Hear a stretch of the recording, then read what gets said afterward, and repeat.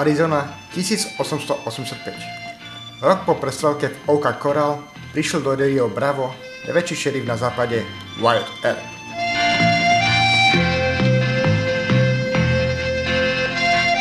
Jenny Lee.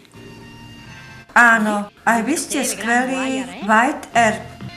Presne tak, ako som si vás predstavovala. Volaj ma Laramie, kým som tu. Niekto nemiluje Wyatta Earpa? Urobili ste si veľa nepriateľov? To však plytvanie časom, pretože nepredáme ani gram striebra za rok. Posledný, kto doviezol zásielku striebra do Tucsonu, bol Tom Harper, ktorý zmizol po tom, čo ho predal. A ak si dobre pamätám, tiež prišiel pomôcť Jenny Lee. Darebák. Zozadu strieľajú iba zbabelci. Poď sem. Poď sem. Odložte zbraň, tu ju nepotrebujete. 3 proti 1. A o čom to strieľanie bolo?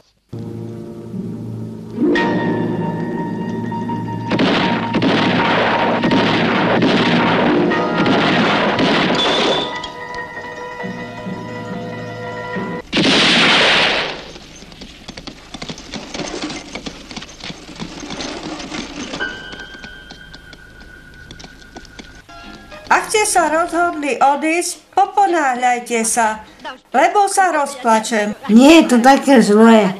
Čoskoro sa vrátime. Kam sa podiel váš šerif?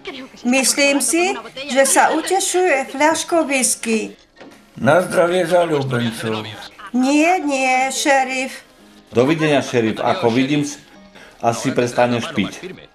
Never tomu, kto by dokázal mi to zakázať. Neverím tomu, že zo zákazníka urobí majiteľa. Dovidenia.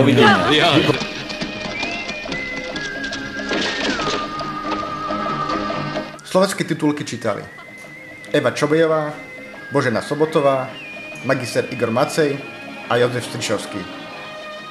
Pre Kinoklub Slovenské znenie vyrobili magister Miroslav Kuľha, magister Peter Červeňák a členovia Kinoklubu Klementia 2025.